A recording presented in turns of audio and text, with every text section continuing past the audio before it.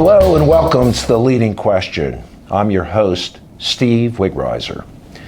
So most people, when they think of businesses, particularly big businesses and corporate executives and CEOs, these days there is more than a little bit of cynicism. People think about profits at the expense of customers, profits at the expense of communities, profits at the expense of the environment, and profits over safety.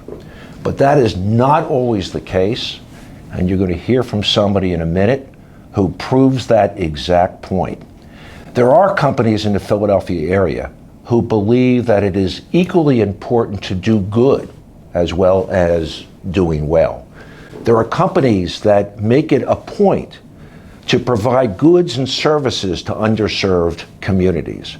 There are companies that are interested in providing opportunities to individuals who typically do not have those opportunities. And there are companies that seek to empower and uplift their own employees and the families of their employees. A good example of such a company is Brown Superstores and Jeff Brown, who is the president and CEO of the company. Brown Superstores operates more than a dozen supermarkets in the Philadelphia area, many of which are in chronically underserved neighborhoods.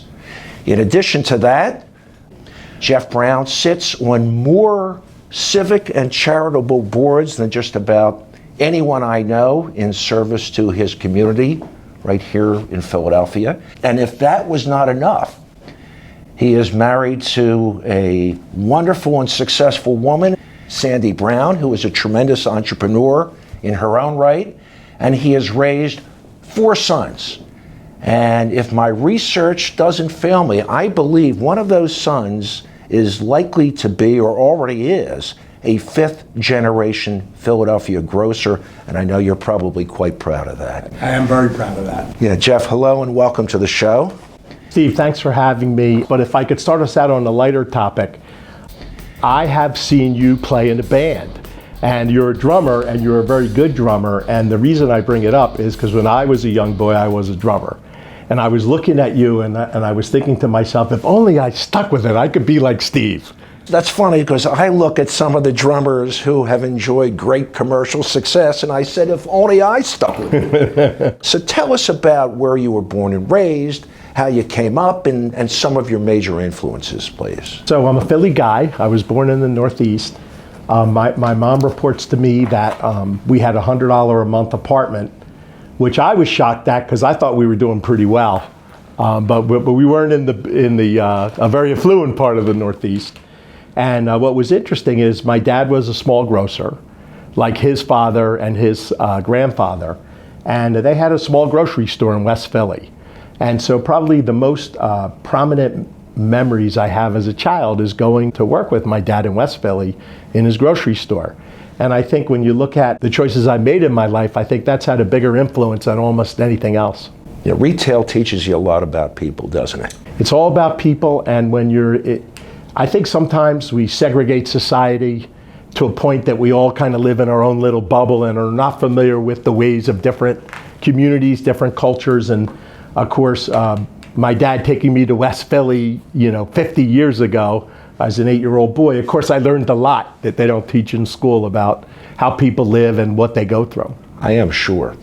Well, as an attorney representing individuals, frequently against the healthcare industry or against large corporations who manufacture dangerous and defective products, I've looked at a number of corporate documents, number of articles of incorporation, all the documents that you have in place for your companies.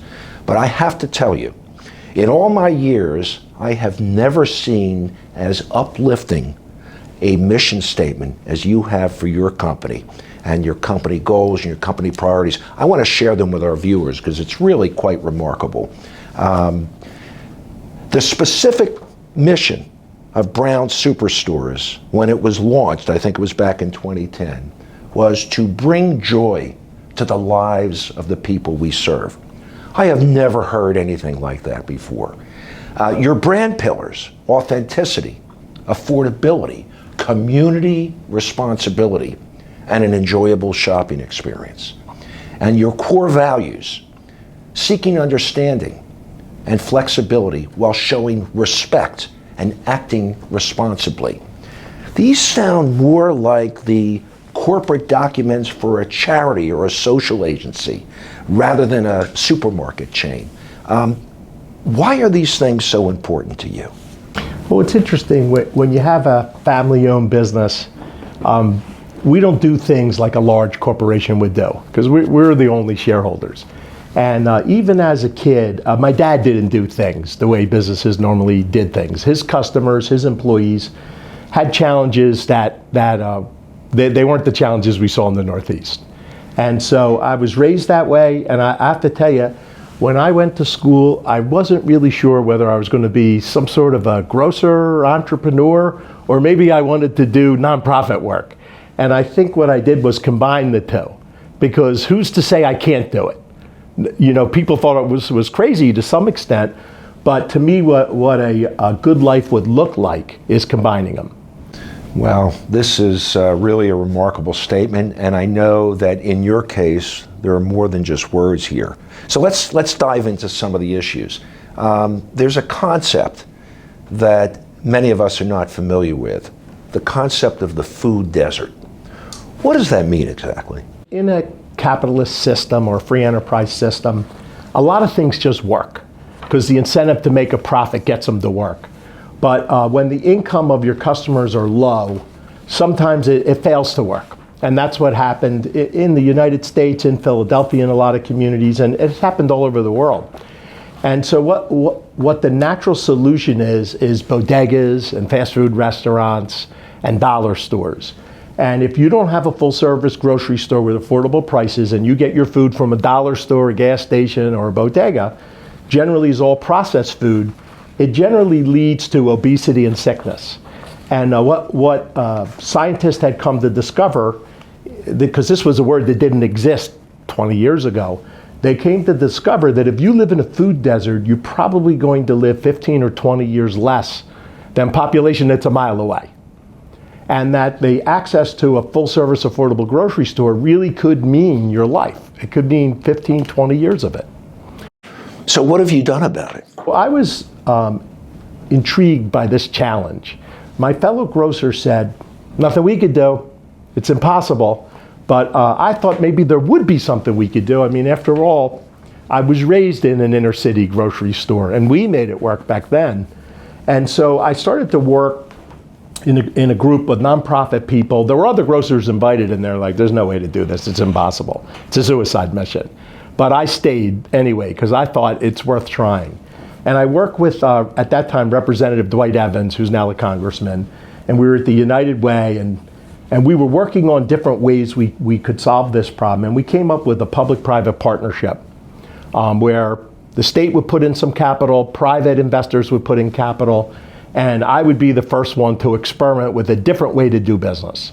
And that became Pennsylvania Fresh Food Financing Initiative, which is, you know, globally renowned at this point. And the first store we did was in Southwest Philly at Island and Lindbergh, a store that had closed from a chain due to gun violence and just no business activity, no volume.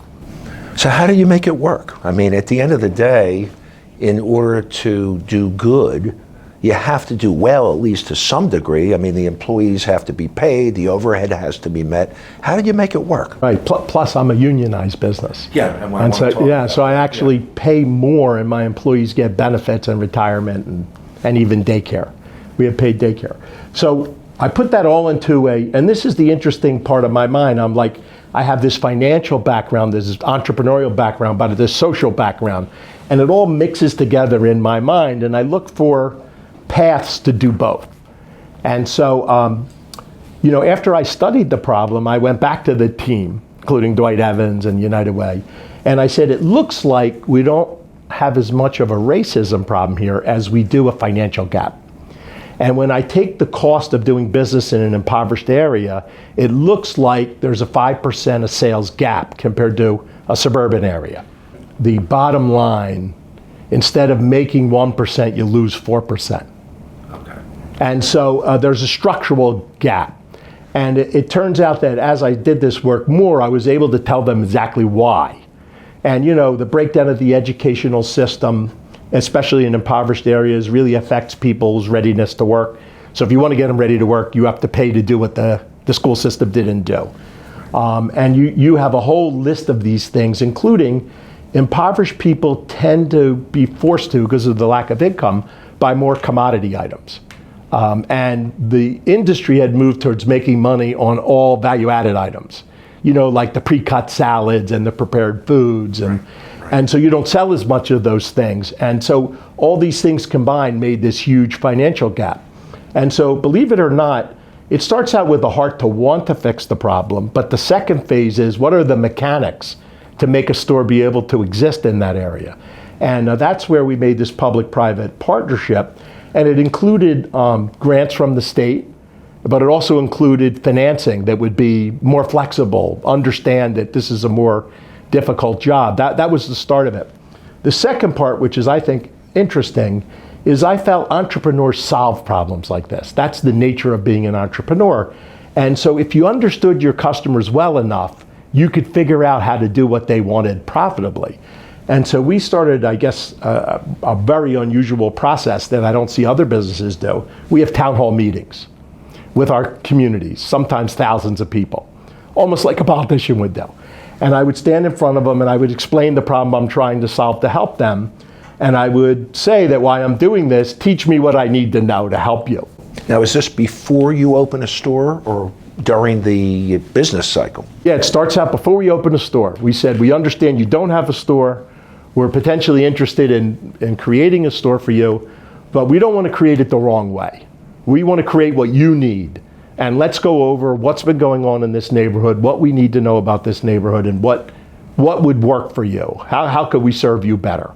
And in the beginning sessions, a lot of interesting information came up that I'm sure that my competitors that don't do this kind of thing would never know, because they never asked. Can you give me an example? Yeah, so in the very first meeting, there was a Muslim woman that said, I can't buy a lot of your items because they're not halal. And so we started halal. We started a halal department. We work with imams in the city to figure out where we could procure the products. And we started to hire Muslims that we didn't before. We had to adjust things like our dress code, because our dress code says no head coverings, and that wouldn't be friendly. Right, that's a problem. Yeah. Yep. And so when you treat people like people and you get to know them and you understand the individual circumstances or their difficulties, in my mind, you start to see paths to solve problems. And so halal was a humanistic thing to do, but I'm in the business of selling things. And now I have something new to sell, and that has a margin on it. And that helps mitigate the gap. And so the process was really learning enough about the people in the neighborhood to make up for what they couldn't do in different ways to make the financial model work of the business. In the same time, solving many more problems than anyone else ever had for them. Because when you're having these town hall meetings, I assume that you're establishing ties and bonds to the community that most businesses do not have. That's a huge, huge part of this. A lot of underprivileged communities feel very disenfranchised from society in general. And the businesses treat them bad, they feel the government treats them bad, and they don't really have the kind of positive ties in society that you need to thrive. And so in a lot of cases, and people have told me this is like the first positive relationship they have in which they could talk honestly about challenges they have, and someone actually cares to listen and goes and tries to solve those problems. So it's definitely a big part of what we do. I think one of the most poignant statements I had ever heard was from Barack Obama. And my recollection is he was speaking from South Carolina and referring probably to one of the neighborhoods there. And he said, in these neighborhoods, it's easier to buy a gun than it is to buy a vegetable. How many food deserts do we have, as you use that phrase, in the city of Philadelphia? In just Philadelphia, when we started, we probably had 20 or 30. And I have 8 stores that serve Philadelphia today, but we built really large stores, So we were able to bring food access to multiple food deserts with each store. And today I think we're down to maybe less than a half a dozen. And how many of your stores, and I guessed at the number, I said a little more than a dozen, are in what you would refer to as traditional food deserts? Say of our 8 stores in Philadelphia that serve Philadelphia, 7 are more of the food desert style, and 1 isn't.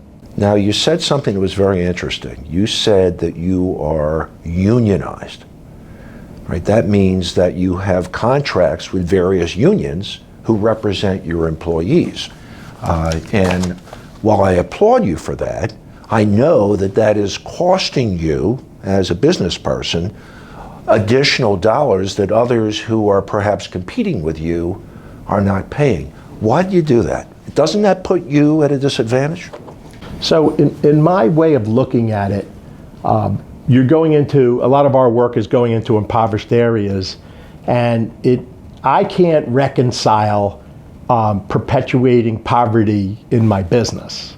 Like, it doesn't make sense to me. We're trying to solve for poverty, help people escape poverty, and if my business was built on creating jobs that perpetuate poverty, that I wouldn't be doing a very good job of advancing society's goals. And so I thought we needed the pressure to have someone represent our workers and to hold us accountable. And of course, we have good years and bad years. And when we have bad years, we go back to the unions and we explain to them what's going on, or if they're good years, all the same thing. And it's not like we can totally avoid the realities of life. They still exist, but it's an extra layer of accountability. So what you see some companies do, which seems grossly unfair, they have a bad quarter and they lay people off, or they cut their pay, they cut their benefits, and there's no checks and balances there. There's no one saying, is this really the right thing to do? And you also see, at the same time they do that, a lot of the CEOs take big raises for themselves. Right. And it seems not right to me. And so, I tried to build a business that will last in multiple generations of our family. And I guess I obligated us to a higher standard. Well, that's certainly commendable. Have you seen examples of other business people, perhaps other grocers, following your example in the neighborhoods where you are working or in other neighborhoods? In other words, has the magic sauce rubbed off yet? I'll tell you an interesting story about that. So Barack Obama was running for president, and he had a debate with Hillary Clinton, if you remember back then. And he bumped into or ran into one of our food desert grocery stores. And he was surprised, because he's been all over the country in underprivileged communities, and he hadn't seen that before. And so he wanted to talk to us about it and see, is this something that could be done elsewhere? So later, when he became president, we ended up working with the Obamas. And they wanted to take what we had learned in our food desert work and come up with national policy to encourage this work elsewhere. And one of their observations is that my way of thinking is super unusual for a business person. And that one of their concerns, they interviewed me, we discussed it, we had a lot of meetings. They're like, if we need to find people exactly like you, this is not a good investment.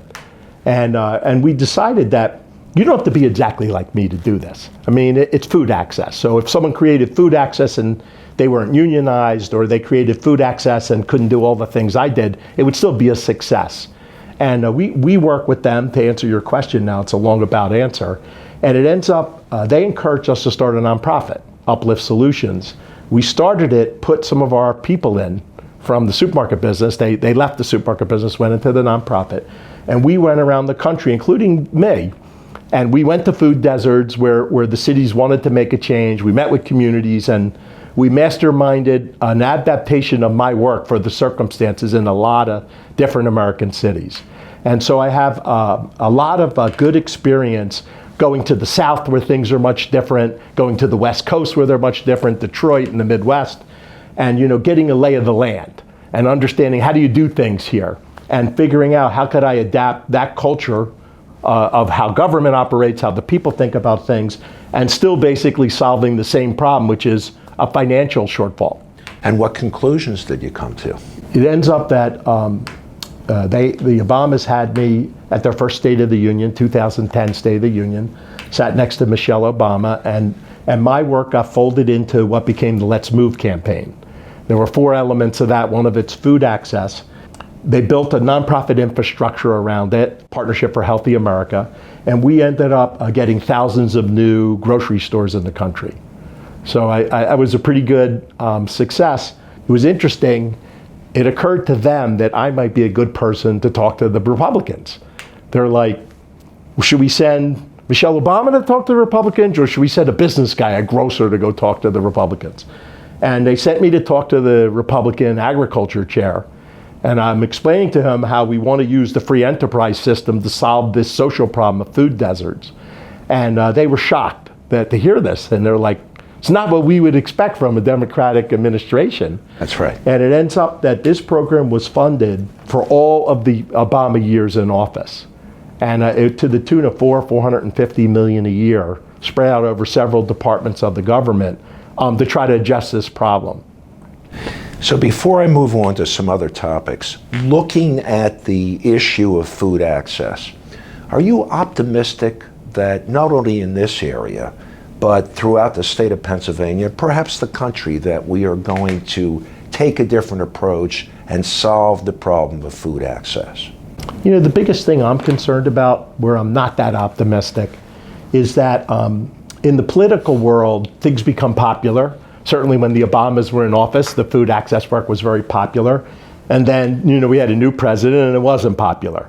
And this starting again and starting and stopping and starting and stopping is not good for the work. And we do a lot of that in the public sector. So I'm not as optimistic about it.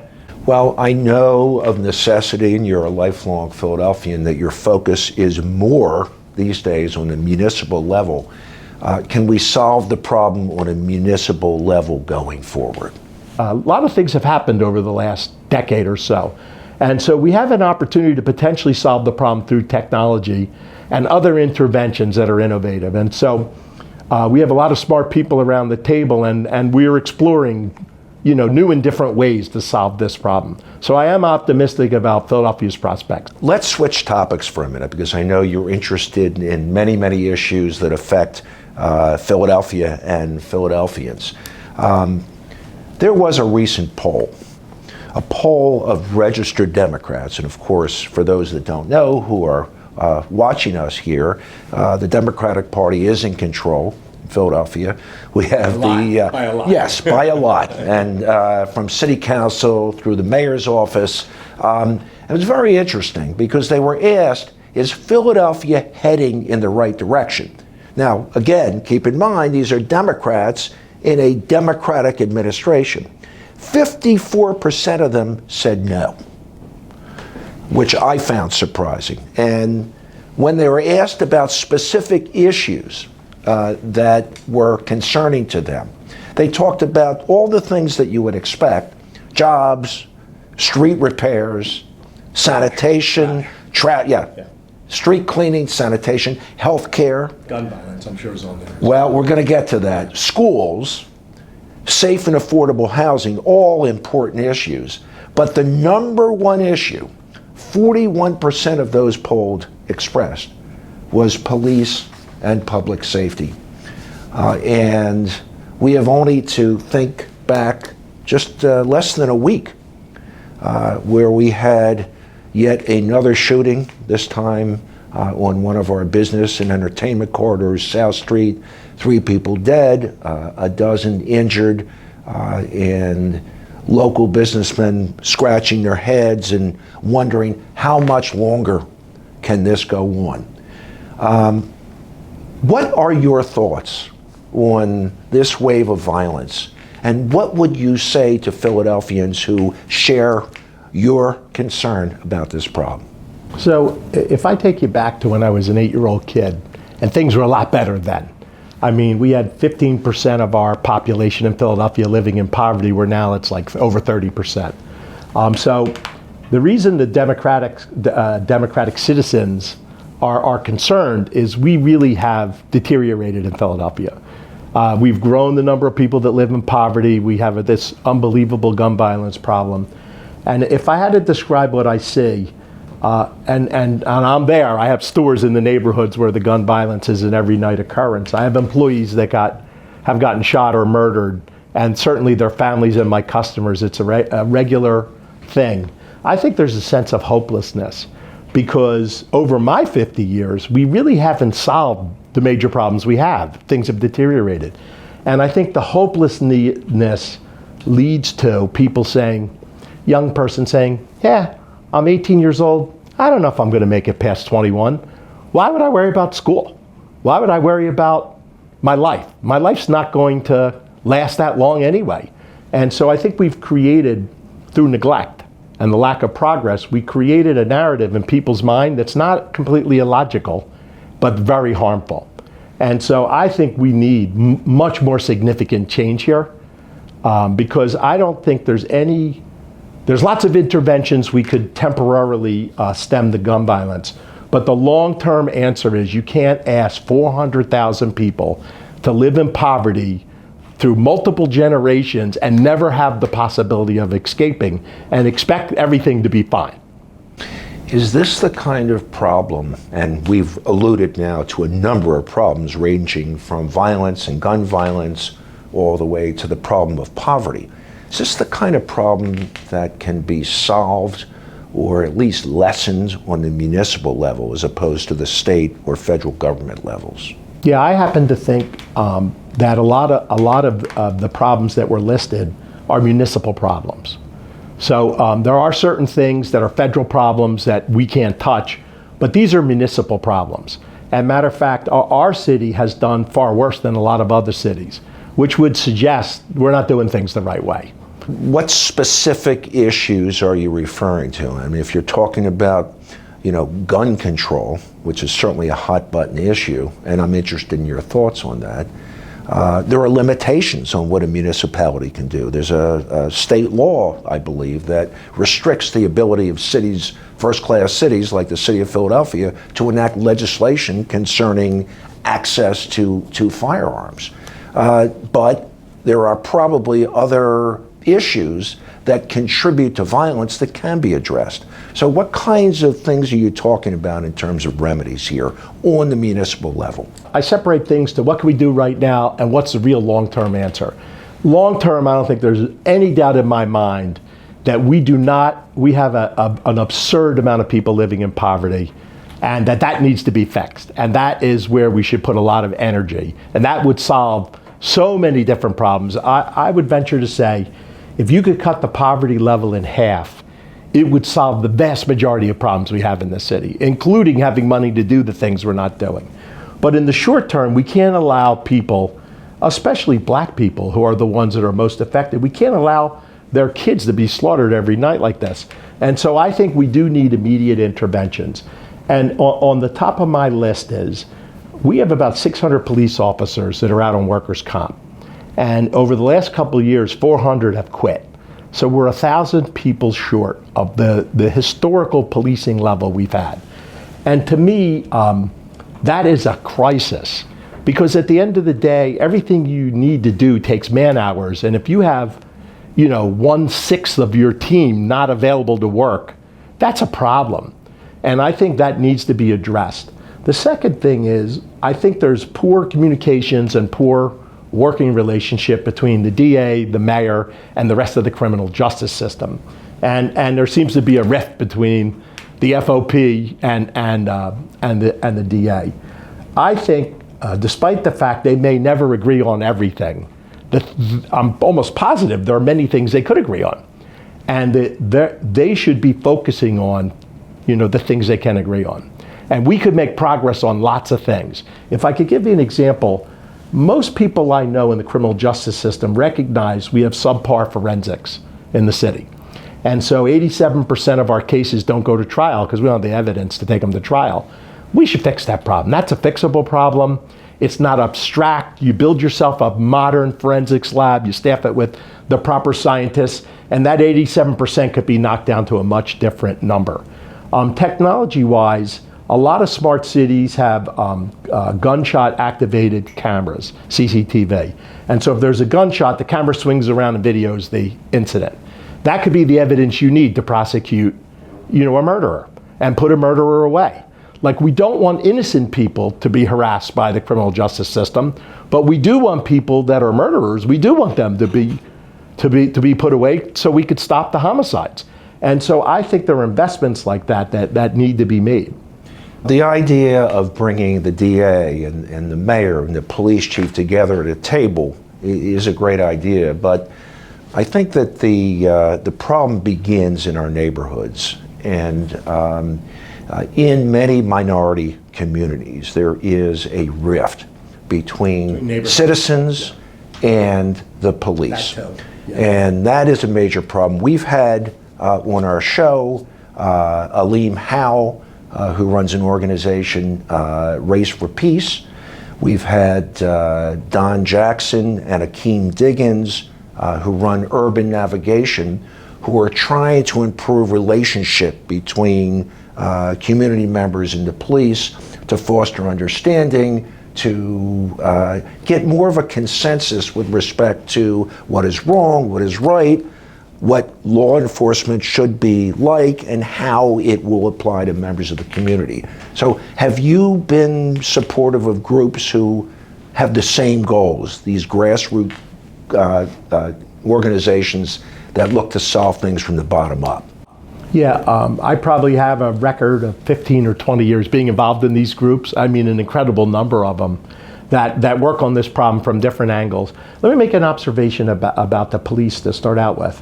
I think in a city like this, there's a number of things that we should look at it differently. I mean, the police are there and are to protect and serve us. And, you know, they essentially, like, my employees work for they work for me, but they work for our customers. And the police do that as well. And some don't. And, you know, a lot of people hold the police out as something different than workers, but they're workers. They're workers, they're unionized workers. There's a certain way you have to manage a unionized workforce, which is something that I've been involved in all my life. There's a productive way to do it. And I do think if you have workers that are treating your customers bad, you need to address that. And your system to address it needs to be very robust, because that is learning feedback. And I think that's not working. We don't have that. And I think what happens is people that have inappropriate behavior, they go on for a long time until something bad happens. And that is a management issue. That's poor management. Some people blame the police. I blame the managers, because the managers have allowed that system to exist. They also sometimes blame the unions. And you know what people fail to understand, it's the union's job to protect workers that are being unfairly discharged. And if management, you know, haven't spent the time to sit down with the worker and explain what they're doing wrong, well, how would they know to change their behavior? And so I think we need to do much better in that. It's not just in the police. It's in a lot of departments in the government. The next thing is there's community relations in the police, and they're excellent at community stuff. But the truth of the matter is, like in my business, we don't have community relations. Like, we train everyone to do that job. It's everyone's job to serve our customers, our clients. And honestly, in the police, they need to look at themselves that way. And the truth of the matter is, if you treat people well, you won't have violence, or a lot less of it. The violence comes from treating people bad. You know, in our store, if you're nice to people, they're not going to throw things at you, fight at you, slash your tires and break your window. There's a rule in our company: if you get your tires slashed, you're not the right manager for us. Because we've been doing this for 35 years. And no one who treats people nice has problems like that. And so I think there's plenty of signs when you have a problem employee. And I believe in people's possibilities to be anything they want, but you got to help them with that. And so in our training, our police need to understand they're there to protect and serve. They work for the taxpayers and the citizens, and they should treat them well. They should have customer service skills. I know some people are violent, and there's life-threatening situations, and I understand that that's a different circumstance, but in their daily routine, treat people nice. I find almost 100% of the time, treat people nice, they treat you back nice. That's how it works. Those are good words to live by. Jeff, it sounds like you not only have deep ties to our community, but you have a broad-based knowledge of the issues that affect all of us as Philadelphians. I've been here a long time. You've been here a long time, you paid your dues, and you're very, very involved in the community. We have a mayoral race coming up in 2023, but more importantly, we have a Democratic primary coming up before that, where in all likelihood the next mayor will be selected. Any chance that you're going to throw your hat into the ring and take a run at the mayor's office? Well, the last couple of years have been brutal on most of us in Philadelphia and in the country. And to see the city I love and the people I care about in the city, to see their circumstances deteriorate is very concerning. And I have a nice organization that I don't, run the register anymore or buy the groceries. And I am thinking about it. I am contemplating it because of the human suffering and the lack of progress. But I think the thing that's going to come first is we had our primaries for our governor and for the Senate. And I think we need to be focused on getting our two Democratic nominees, Josh Shapiro for governor and Fetterman for Senate, because whoever the next mayor is, it will be an ugly job if we lose control of the Senate and you lose the Harrisburg. So I think it's important we dedicate ourselves to them.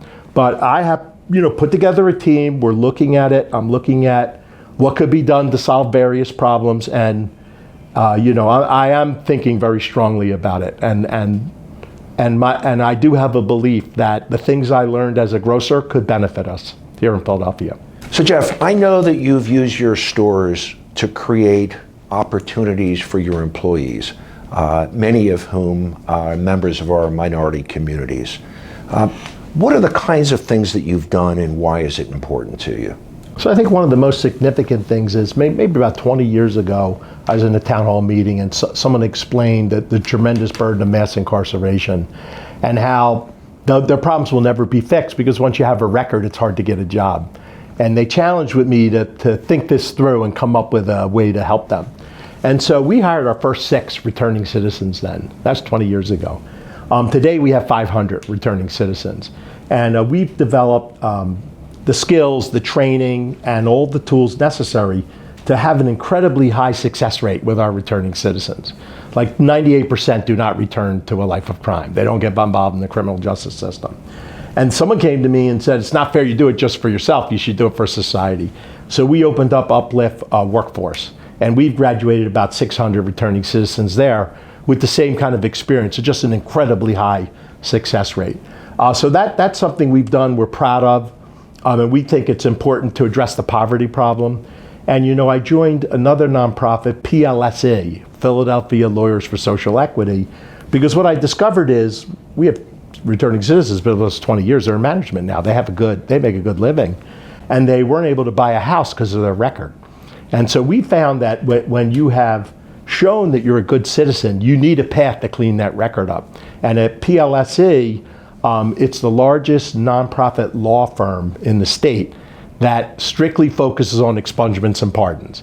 And so I just introduced as a benefit to my employees, we pay through PLSE to get their records expunged and pardoned. So my employees are not shackled by these records for the rest of their lives. And I think as a society, we need to do this more systemically. I know that you have been helpful in fostering a spirit of entrepreneurialism or entrepreneurship in your employees, particularly in people who have not had that opportunity or may not be thinking in that way. And I'm interested for the non-offenders who are working for you. What kinds of things are you doing, if any, to spark that kind of entrepreneurial spirit? I think the founding of this country has everything to do with entrepreneurship. And I really do think the American dream is wrapped up in people who are entrepreneurs, who create opportunities for their community. And that's how we all prosper together. And sort of the movement away from that is not a good thing. And so in the communities that I do business, there's an anemic amount of entrepreneurship. And I think that's part of the poverty problem. And so when the pandemic hit, we started a PA 30-day fund with some colleagues of mine. And we raised $4 million because we were very concerned that especially entrepreneurs of color weren't getting government assistance, certainly not in the very beginning. And so we decided we were going to take that role. And we stood up an online application process, and we took in thousands of applications.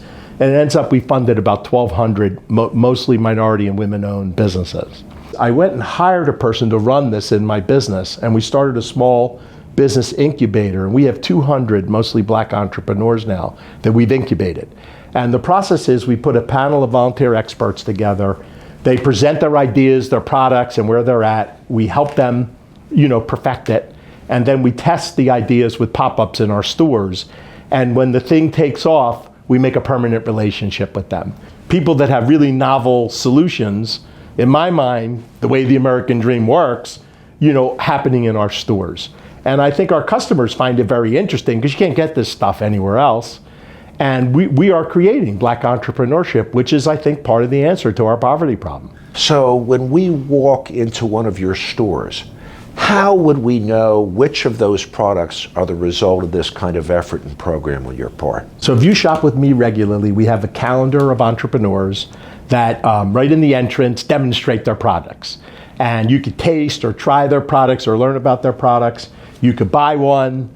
And we keep them on that pop-up schedule until their volume reaches the point where it's compelling to have a permanent relationship. Well, how would a member of the public figure out in which store these products are being offered? I mean, if one of our viewers says, you know what, this is a tremendous idea. Yes, I think that poverty is the root of many, many of our problems in Philadelphia. I want to support what Jeff Brown is doing. How can they do that? So we have a website, brownschefsmarket.com, and we post a schedule of where our entrepreneurs are going to be working. And you also could apply online for a slot at our small business incubator. So you could do both, and we don't charge anything. And unlike other incubators, we don't get a piece of their business. This is not a money-making thing. This is to spur entrepreneurship for the good of society. I'm going to guess at the answer, but I'm going to do it quietly to myself. My question to you is this. We talked a little bit about food access, and you were optimistic about solving that problem in Philadelphia. Globally, when we think about some of these daunting issues, think about poverty, we think about violence, we think about problems running the city and making the city run. Are you optimistic about our future? I am optimistic. I think we're approaching our problems the wrong way. I think we could solve these problems, but not the way we're doing it. We need a different kind of leader, and I think voters, they need to understand that the traditional sort of lifetime political leaders that don't have work experience, that never managed a workforce, let alone a unionized workforce, they don't have any entrepreneurial experience, they never solved a complex problem. How would they solve something that isn't being solved in the traditional approach? And so I think if we want change, we're going to have to hire someone who's a change agent. Hypothetically, what should Philadelphia's next mayor do right off the bat? First item on the agenda. Gun violence. We cannot allow, it's a human crisis of unbelievable proportion. We have to have a temporary system to majorly curtail gun violence. And then you should be jumping right into, a mammoth program to pull people out of poverty, which has to do with work. Absolutely. If you don't have a good life-sustaining job, then you're not getting out of poverty. And what's interesting is we spend all our money on the symptoms of poverty, and we spend next to no money on solving it. So, Jeffrey, when you think back on your life, and we know where you are today and all that you've accomplished, has there been one person or perhaps one event that you can identify as being one of the most influential events for you? I would say without getting my employees' permission, I have 500 returning citizens that society wrote off. And we probably have 36 in management today. And they often represent me at things that normally a CEO would go to. Instead, I send my returning citizen manager. And I'm so proud of the progress that they made and how they represent me and how they do their work.